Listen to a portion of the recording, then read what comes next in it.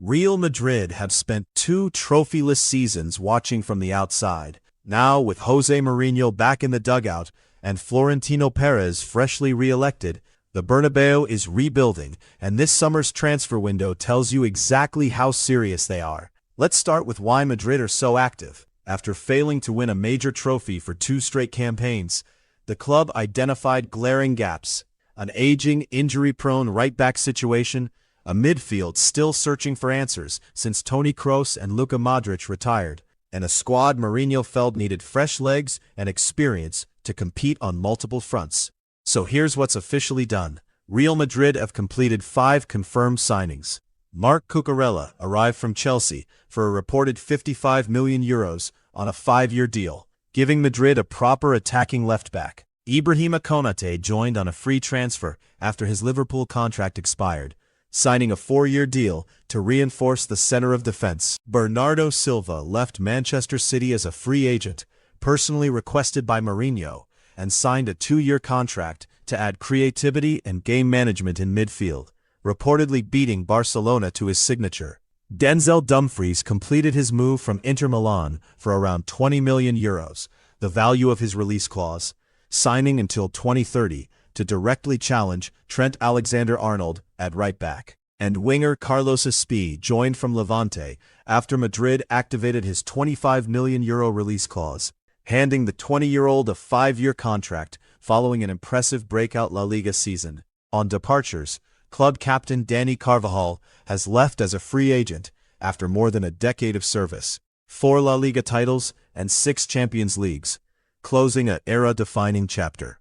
David Alaba's 5 injury-hit years in Madrid have also ended. Elsewhere, Mario Martin has moved to Getafe and Fran Garcia to Real Betis in permanent sales, while Gonzalo Garcia and Cesar Palacios are following former captain Álvaro Arbeloa to Fulham. Franco Mastantuono has gone out on loan to Fiorentina, and Endrick is being reintegrated after his loan spell at Lyon. The biggest story right now is Yan Diomandé, RB Leipzig's sensational 19-year-old winger.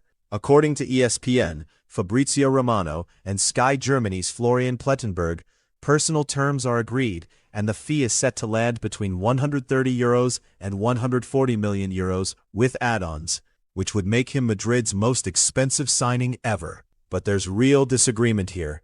Romano declared the deal done in late July, only for Leipzig sporting director Marcel Schäfer to publicly deny any agreement had been reached.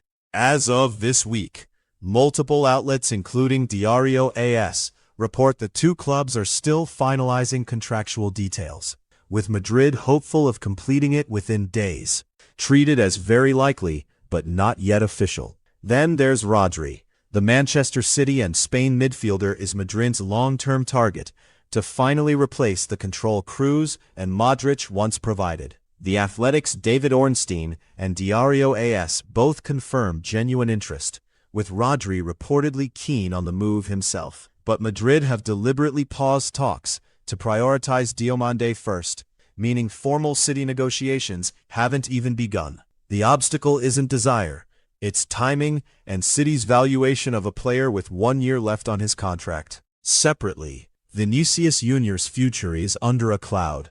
Cadena Ser reports he's rejected a contract offer worth 22 million euros a year, with a signing bonus dispute the main sticking point. And Arsenal are reportedly monitoring the situation. This is a contract standoff, not a confirmed transfer saga, so don't mistake it for an imminent exit. Tactically, this window screams control and balance. Mourinho has prioritized experience, positional discipline, and depth over pure flair. Bernardo Silva and Konate bring composure. Dumfries and Cucurella add athletic fullback options, and Diomandé would give him a genuine wide attacking weapon to rotate with Vinícius and Rodrigo. Where are they still light? Central defense remains a concern beyond Konate, and a genuine defensive midfield anchor, exactly Rodri's profile, is still missing. Expect movement there before September 1st. Financially, Madrid have already committed north of 200 million euros on permanent transfers this summer, offset only modestly by outgoing sales, meaning a significant net spend even before Diomandé or Rodri are factored in. funded by Bernabéu revenues and commercial growth rather than player sales. So, are Real Madrid better? On paper, yes. Sharper on the flanks, more secure at fullback, and finally investing in defensive midfield. But until Rodri or an equivalent arrives, and until the Vinícius situation is resolved, question marks remain over whether this squad has genuinely closed the gap on Europe's elite or simply patched last season's wounds.